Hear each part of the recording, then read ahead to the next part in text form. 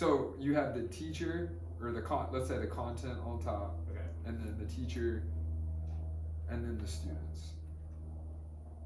So in order to align the task, which is what you are seeing them do, Mm-hmm. with what you want them to do, we adjust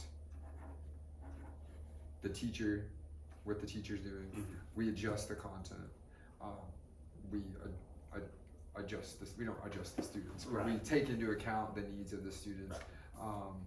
Maybe the student's behavior is preventing them from doing the task that we want them to do. So we're, as teachers, it's just teaching, really, but breaking it down and thinking of it like this, I think, is very useful. And so that's what we're going to kind of use when we reflect on your teaching, is what of these three components do we need to look at and change, keep, what's going really well, where are some opportunities for improvement, in order to get this task more aligned to something that's going to be productive, so that they're going to be successful on the formative, you know. Right. And it's interesting. It's almost good that we've taken some time to do this, because the students are working on their formative right now. Right. And so this was a week or two ago when you delivered this lesson, and so now you know the hindsight of, okay, well, maybe I would have done this differently. Mm-hmm. And we'll talk about that. So so we've discussed the alignment between the plan task and the observed student task, right? Right. All right, so enough talking for me. I want to hear from you. Okay. What went well in your lesson? And think about, try to use that, the content teacher student. Yeah. I think that they were engaged. I think they were like interested in like what the lesson was about. I think that like that beginning activity of like guessing, who was more age wise and these different demographics, and then like them actually looking at the data made them like want to know, especially because like like they make these guesses, they think that they're right, like especially with like the age when like they were, every class like was overwhelmingly like they thought young people were voting more, and then they see that data and that's like the first one they look at and they're like, wait, like what do you mean that it's mostly like these people who are 65 to 74 years old and Right. stuff like that. So I think that's something that like went really, really well, and that was like in all classes really for that. Yeah, they like just seemed to like be interested, in the content that was going on, like the way that it was presented and stuff like that. Okay. What about areas for growth and improvement? So what was?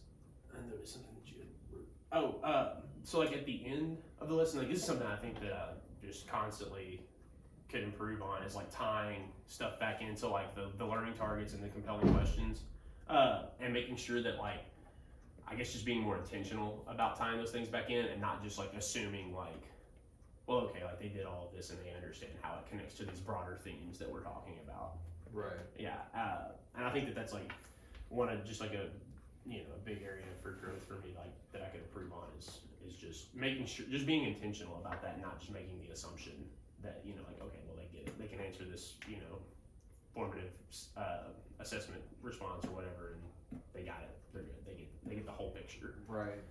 Yeah, specifically on this lesson, and you're at somewhat of an advantage, because I feel like I can offer some insight, but also a disadvantage because I also teach this class. Yeah. So I'm thinking through the lens of someone who also teaches the class, and frankly while I was watching you, I was like kind of like, tell them how politicians use this data, Right. Oh, yeah. And they did a good job of identifying the trends and analyzing the data, which is kind of that like DOK level 2.5 kind of stuff. But then that next step of, okay, so now what? So what? We Right. know that this demographic votes more often. How does that? And then the next step is like, how does that impact our country? Yeah. And that's another thing is like now that they're doing the summative and like reading their responses, that you see, like I see, and now that you mentioned that, it kind of just like clicks in my head, like some of those kids got that, right? Like they understood like, oh, this is how this is going to be beneficial to these politicians. But like now that you say that, it's like, oh well, not all of them got there. Yeah. like on their own, right? They needed more support. And maybe with that, what I'm hearing sort of is maybe that should look more like a formative at the end of class, where you are asking, maybe instead of you telling them that, maybe even better, you just ask the question. Yeah. Like, how do we use this? And then just see, because like you said, some students did get that. And then of course, that would be a good springboard for your next lesson to see, okay, this amount of students understood this, made that connection, but a lot of them didn't maybe. Right. And so when I start my next lesson, that's my opener. Right. Is we learned this yesterday or 2 days ago. So what? Like, how do we use it? And Yeah. we just kind of start connecting that. And I think, like, you know, going back to, we both teach this course,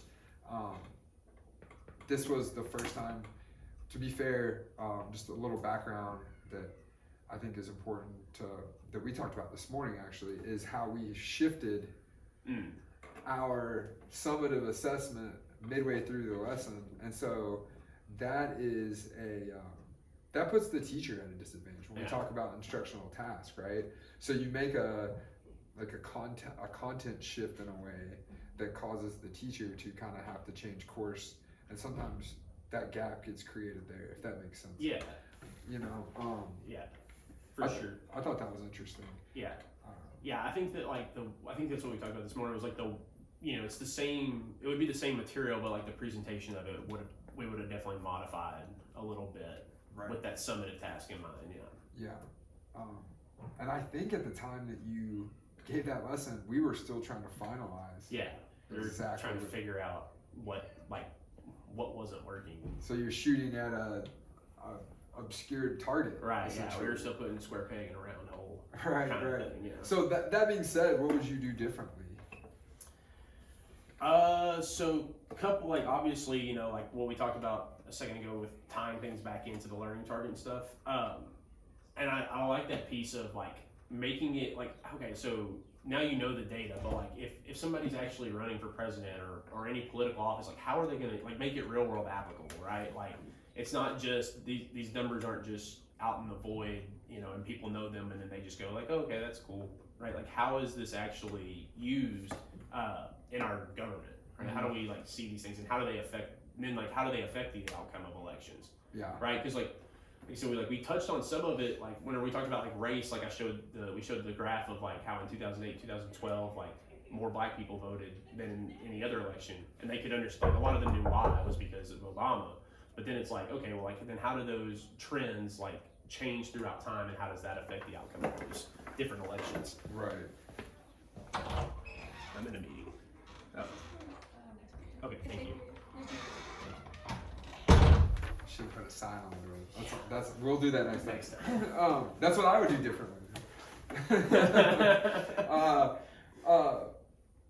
One thing that just like was like a light bulb that went off, and I gotta tell you, this instructional core thing is really, it's something. It's something that I think we should all be kind of.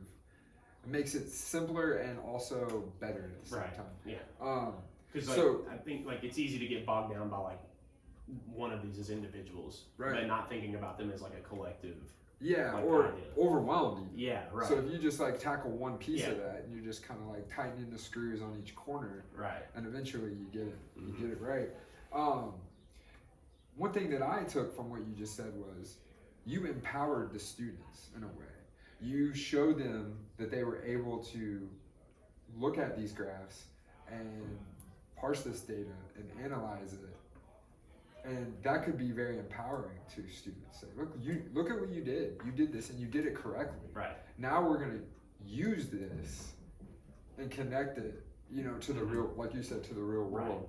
I think you're using the same way that you know, these people who actually like want to be in positions of power use it. Yeah, right? like you can do this. Yeah. This is like really useful, kind of difficult stuff. Yeah. And that goes back to the instructional core. Like that's the student piece. Right.